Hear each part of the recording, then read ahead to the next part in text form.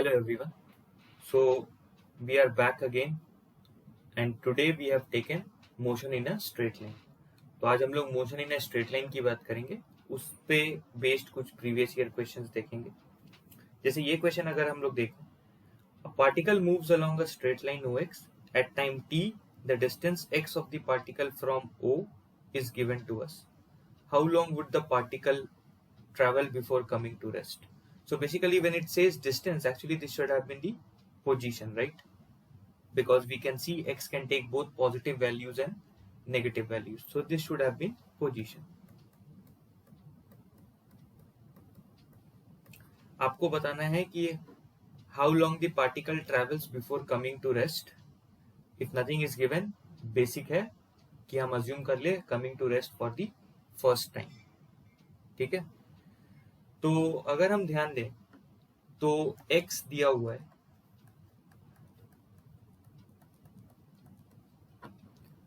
ठीक है, तो हम उसको प्लॉट करना चाहते हैं तो t इक्वल टू 0 पे x का वैल्यू हो जाएगा 40, यानी पार्टिकल यहां से स्टार्ट कर रहा है।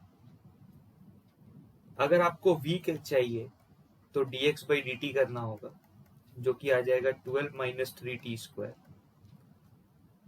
जब पार्टिकल रेस्ट पे आएगा तो ये चीज 0 के बराबर होगा, तो 3t² 12 के बराबर होगा, t² 4 के बराबर होगा, t इज प्लस माइनस 2। हमारा इंस्टेंट t इक्वल टू 0 से स्टार्ट हुआ है, तो हम लोग t इक्वल टू 2 सेकेंड्स को ही कंसिडर कर रहे होंगे। तो t इक्वल टू 2 सेकेंड्स पे हमारा पार्टिकल रेस्ट पे आएगा। उस समय देखते हैं पोजीशन क्या रहा होगा।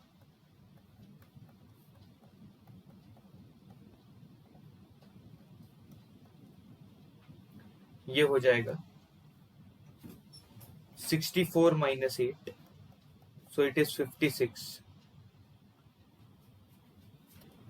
यानी जब वो पार्टिकल रेस्ट पे आएगा 2 सेकेंड्स पे, तो उस समय उसका x का वैल्यू होगा 56। यानी वो कितना ट्रैवल कर गया होगा? वो ट्रैवल कर गया होगा ये डिस्टेंस, और ये डिस्टेंस होगा 16 मीटर्स। तो हमारा आंसर होना चाहिए 16 मीटर्स।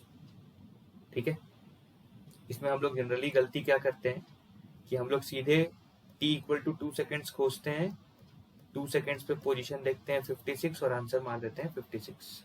वो गड़बड़ है। तो अगर ये आप फॉलो करते हैं पोजीशंस को ट्रेस करना, तो ये आपके लिए एक अच्छा हैबिट है।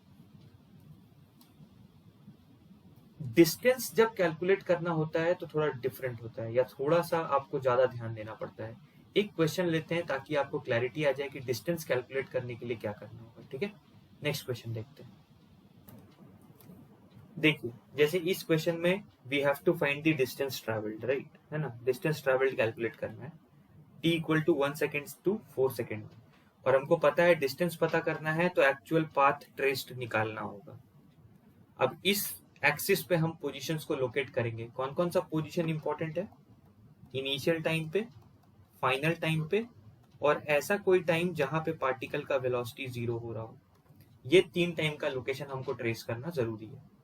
तो सबसे पहले हम x ट्रेस कर लेते हैं 1 सेकेंड में, क्योंकि वो हमारा इनिशियल टाइम है। ये आ जाएगा -16। फिर 4 पे कर लेते हैं, तो वो हो जाएगा 128 माइनस 96 प्लस 6, तो ये हो जाएगा आई सपोज 38। अब एक काम करते हैं, v कैलकुलेट कर लेते हैं dx by dt से,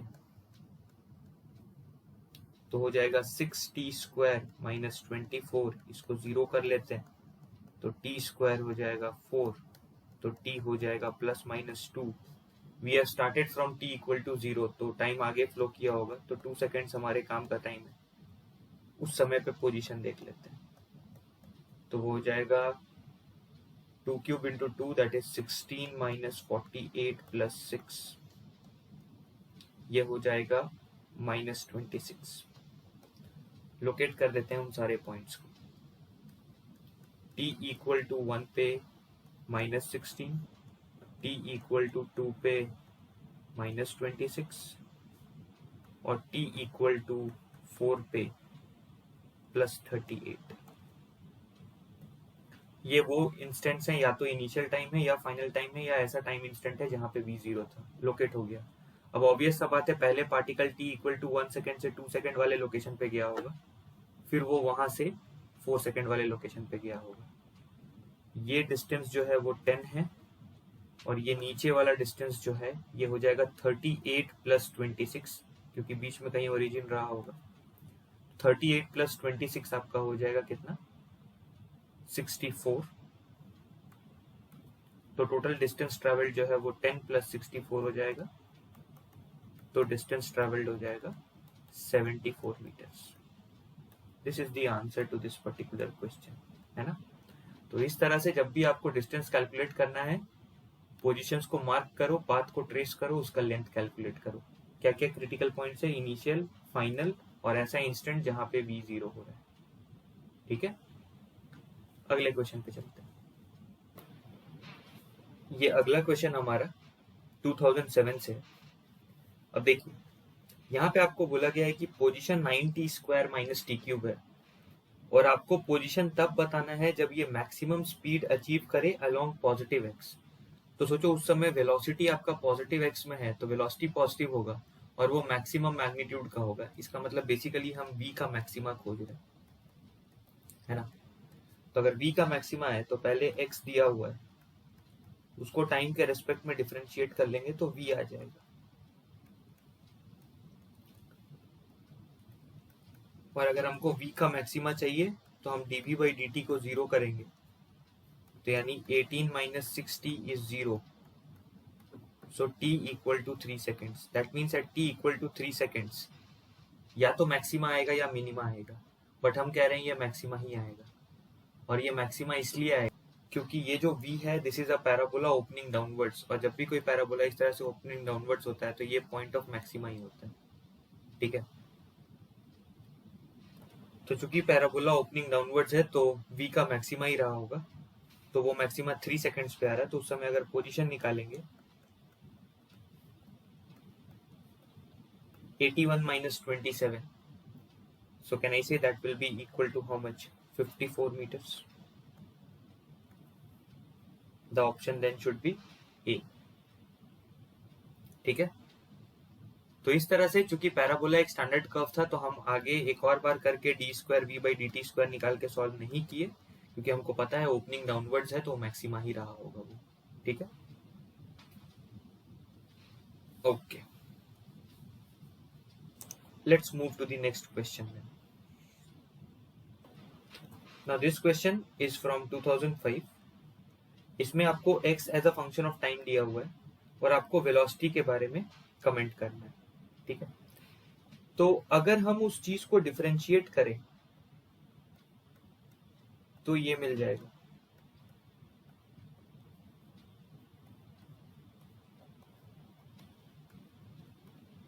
और फिर से डिफरेंशिएट करें तो एक्सेलरेशन आ जाएगा। लेट्स नॉट गेट कंफ्यूज, क्योंकि एक a पहले से दिया हुआ है, पूरा एक्सेलरेशन लिख देते हैं।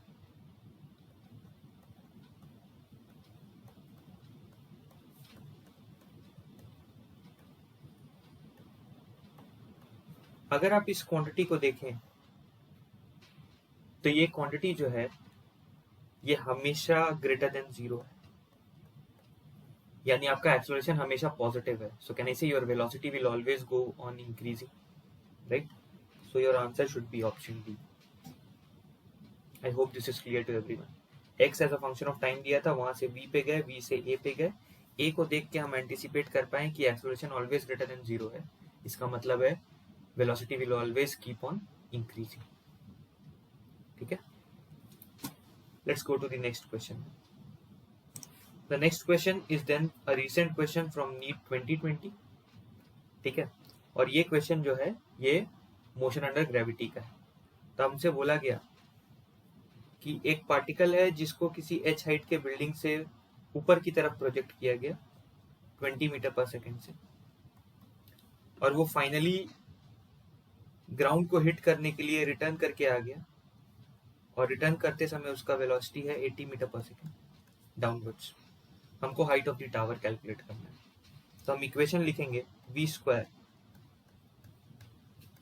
Is equal to u square plus 2 into a into displacement. So this is 6400 minus 400, so 6000. 20 h. H will be 300 meters. Right? Now this question is a very old question from 1994, but is seen almost everywhere, right? एक car है जो alpha rate से accelerate किया और beta से फिर decelerate किया and comes to rest. Total time elapsed is t seconds, so maximum velocity acquired. I am assuming this, वो पहले 0 से Vmax गया और वो भी अल्फा एक्सेलरेशन के साथ t1 टाइम में. So I can write Vmax is equal to u plus at, तो वहां से ये चीज, ठीक है. सो t1 का वैल्यू मिल गया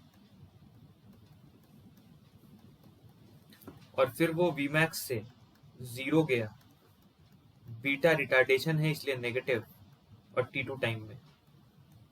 सो v equal to u plus at. यहां से हमको t2 मिल गया.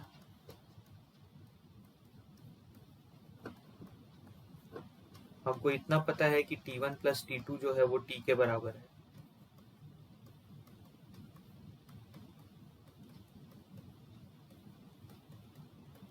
तो यहां से हम Vmax लिख सकते हैं.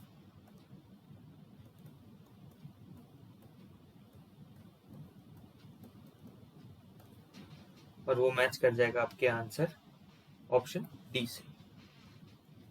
ठीक है, क्लियर है. 2 इंटरवल में ब्रेक किए. पूरा टी टाइम को एक इंटरवल में नहीं रख सकते क्योंकि कुछ टाइम के लिए एक्सेलरेशन अल्फा है, कुछ टाइम के लिए माइनस बीटा है, तो कांस्टेंट एक्सेलरेशन नहीं है. इसलिए t1 टाइम के लिए constant acceleration alpha, t2 time के लिए कांस्टेंट डिसेलरेशन माइनस बीटा. ठीक है, नेक्स्ट क्वेश्चन देखते हैं. देखिए ये क्वेश्चन रिलेटिव मोशन का कॉन्सेप्ट कवर करता है. एक ट्रेन है जो नॉर्थ की तरफ जा रहा है और 150 मीटर लेंथ का है. नॉर्थ की तरफ इसका वेलोसिटी है 10 मीटर पर सेकेंड. और एक पैरेट है जो कि साउथ की तरफ पैरेलल ट्रैक पे फ्लो कर रहा है, मूव कर रहा है. I am not good at arts, so I can assume parrot to be a point mass. It is going towards south with 5 meter per second. Time taken by the parrot to cross the train. तो ऐसा करने के लिए हम क्या करते हैं, train के फ्रेम में चले जाते हैं और आप जिसके भी फ्रेम में जाते हैं वो चीज रेस्ट पे आ जाता है. तो कैन आई से from train frame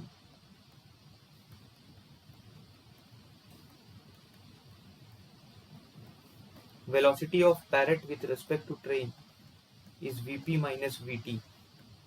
Velocity of parrot is -5. Velocity of train is +10. So velocity of parrot with respect to train is -15. तो ट्रेन वाले ऑब्जर्वर को लग रहा होगा कि भाई हम तो रेस्ट पे हैं और पैरेट जो है वो इधर 15 से मूव कर रहा है. तो उसके हिसाब से पैरेट तब क्रॉस कर जाएगा जब यहाँ पहुंच जाए. इसका मतलब है उसके हिसाब से पैरेट को कितना डिस्प्लेसमेंट करना है, 150 मीटर्स का. तो वो बोलेगा time taken by parrot is, उसको जितना डिस्प्लेसमेंट कवर करना है या जितना डिस्टेंस कवर करना है by speed. Required answer which is option D. तो इस तरह से जब आप दो चीज मूव कर रहा है और एनालाइज करना है तो किसी एक के फ्रेम में चले जाने से अच्छा होता है वो रेस्ट पे आता है और दूसरा को उसके रेस्पेक्ट में आप एनालाइज कर सकते हैं. तो ये कुछ बेसिक क्वेश्चन था जिससे हम लोग velocity, acceleration, uniform acceleration, distance, displacement और रिलेटिव मोशन को थोड़ा सा रिवाइज कर पाए. अगले वीडियो में हम लोग यही काम मोशन इन अ प्लेन के लिए करेंगे. ठीक है, fine. Will meet in the next video then. Thank you everyone.